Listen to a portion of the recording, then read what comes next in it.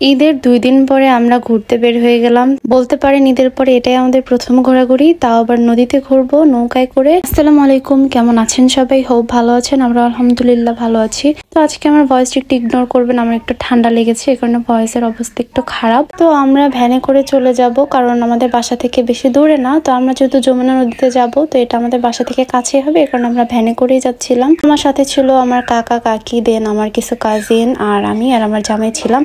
আর এই তো একজন লেট লতিফ, সে হচ্ছে সব কাজেই লেট করে। মানে আমরা রেডি হয়ে দাঁড়াইছিলাম আর তার জন্য ওয়েট করতেছিলাম রাস্তায়।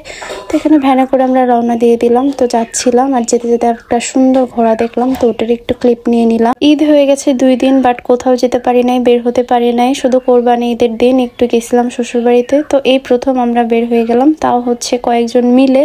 আসলে ওয়েদারের অবস্থা একটু খারাপ আর শরীরটাও একটু খারাপ ছিল।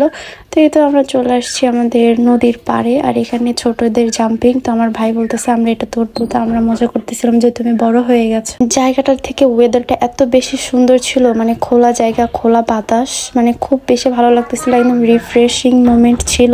ওয়েদারটা খুব বেশি সুন্দর ছিল। তো এখানে আমার কাকা কিছু সিঙ্গারা কিনে নিয়ে যাচ্ছিল, কারণ আমরা হচ্ছে নৌকাতে করে চরে ঘুরতে যাব, এই কারণে সিঙ্গারা কিনে নিয়ে উঠতেছিলাম যে যেন নৌকার মধ্যে খাওয়া যায়। গ্রামীণ পরিবেশে এইসব ওয়েদারে ঘুরতে কিন্তু বেশ ভালো লাগে, আমার কিন্তু খুব বেশি ভালো লাগে। আর এটা যেহেতু আমাদের বাসার কাছে ছিল, তো আমরা কিছু হলে এখানে চলে আসি, একদম সুন্দর নদীর পাড়ে ঘুরতে যাওয়া যায়। তো এখানে কাঠ দেওয়া ছিল, আর আমি যেহেতু সাঁতার পারি না, আমার অনেক বেশি ভয় করে, এখন আমার জামাই আমাকে ধরে ধরে নিয়ে যাচ্ছিল।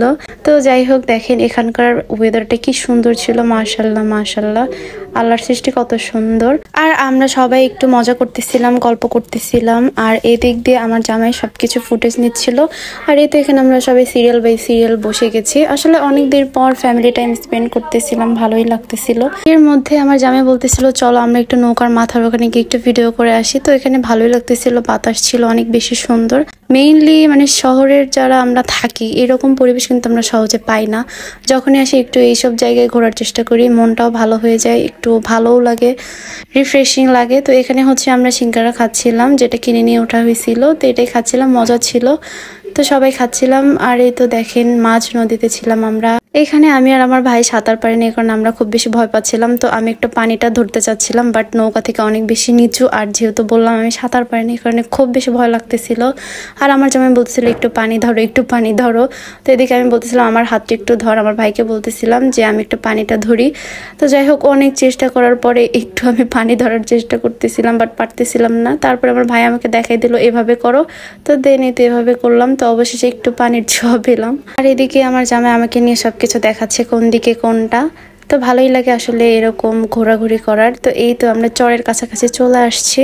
তো এখানে আসার পরও আমাদের আরেকটা চিন্তা, মানে মেইনলি আমার চিন্তা, যে হচ্ছে কিছুদিন হলো রাসেল ভাইপার নামে একটা সাপের কথা শুনতে পাচ্ছি আমরা সবাই। তো আমি একটু ভয় পাচ্ছিলাম যে চরের মধ্যে যদি থাকে। তো যাই হোক, আমার জামাই আমাকে জোর করে নিয়ে গেল। তো আমরা বেশিক্ষণ ছিলাম না, কিছু ফটো এবং ভিডিও নিয়ে আমরা আবার চলে যাচ্ছি নৌকাতে, কারণ এখানে বেশিক্ষণ থাকা যাবে না। তো এই তো আমরা একদম গোধূলি বিকেল যে টাইমটা ছিল, পড়ন্ত বিকেল, মাশাল্লাহ এত সুন্দর ছিল। দেখেন কি সুন্দর, একদম গোলাপি বাদামি কালারের ওয়েদারটা ছিল। তো এখানে এই ওয়েদার পেয়ে আমরা তো সবাই সুন্দর সুন্দর ভিডিও করে নিচ্ছিলাম। তো আজকের এই ব্লগটা কিন্তু এটাই ছিল, সুন্দর যমুনা নদীতে ঘোরাফেরা। আপনাদের কাছে কেমন লাগছে অবশ্যই কমেন্টে জানাবেন, আর কারা কারা আসছেন অবশ্যই কমেন্টে জানাবেন। আর হ্যাঁ, যারা এখনো পেজটা ফলো দেন না, অবশ্যই একটা ফলো দিয়ে আসবেন। তো আজকের মতো এখানেই বিদায় নিচ্ছে, দেখা হয়ে যাবে নেক্সট কোনো ভিডিওতে। এ পর্যন্ত সবাই ভালো থাকবেন, আল্লাহ হাফেজ।